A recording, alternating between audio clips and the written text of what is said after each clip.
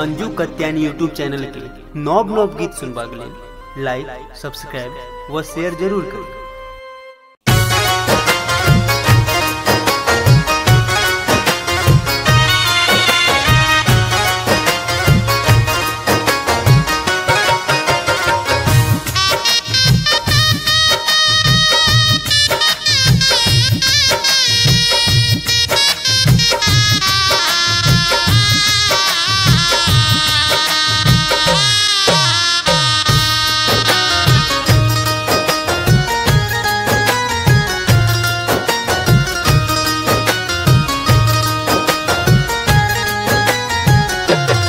हजमा केस ने कटे छे तू त खेल करे छे। हजमा केस ने कटे छे तू त खेल करे छे। तू त खेल करे छे। तू त बाउआ के मौसी शामिल करे छे। तू त बाउआ के मौसी शामिल करे छे। हजमा केस ने कटे छे तू त खेल करे छे। तू त बाउआ के मौसी शामिल करे छे। तू त बाउआ के मौसी शामिल करे छे।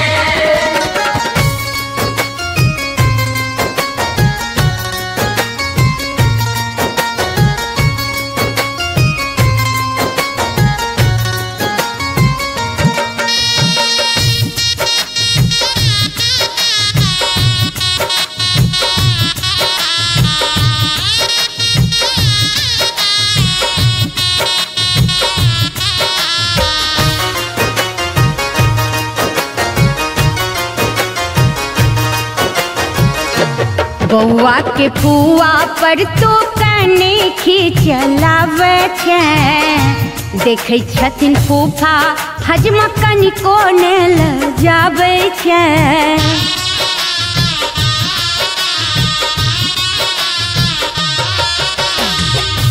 बउआ के पुआ पर तो कने खिचलावे छे। देखे छथिन फूफा हजमा कनिको ने ल जावे छे।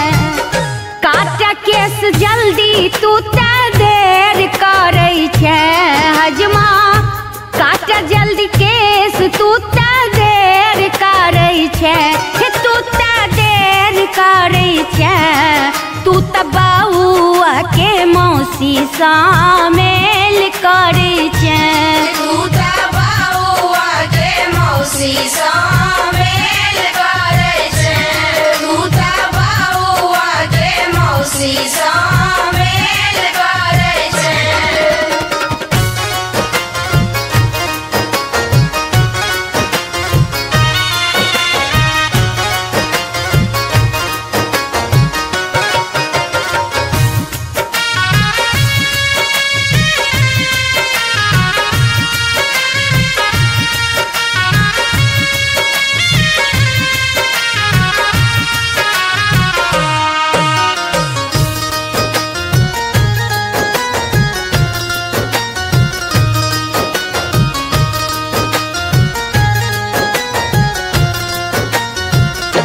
बउआ के मामी एलखिन मामा के छोरी का। लक जइह तू ही हजमा संग में गेठ जोड़ी का।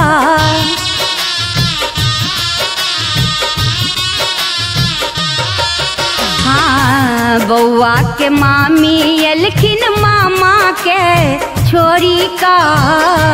लक जइह तू ही संग में गिठ जोड़ी का। बउआ के मामी संग में डांस करे छे रे हजमा। बउआ के मामी संग में डांस करे छे। तू त डांस करे छे। तू त बउआ के मौसी शामिल करे छे। तू त बाउआ के मौसी शामिल करे छे। तू त बाउआ के मौसी शामिल करे छे।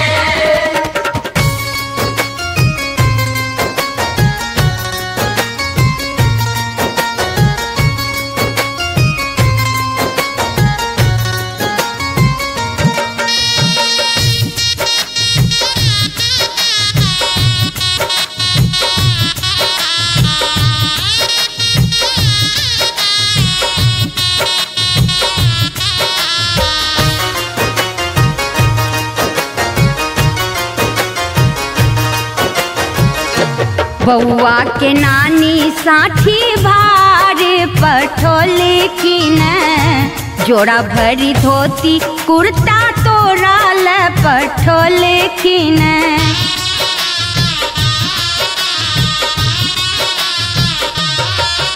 हे बउआ के नानी साठी के भार पठोले किन जोड़ा भरी धोती कुर्ता तोरा ल पठोले किन रुपिया सोना ल तुमार करे छै रे हजमा सोना रुपैया ल तुमार करे छै तू त बउआ के मौसी शामिल करे छै तू त बउआ के मौसी शामिल करे छै तू त बउआ के मौसी शामिल करे छै हजमा केस ने कटे छै तू त खेल करे छै तू त खेल करे छै तू त बउआ के मौसी शामिल करे छै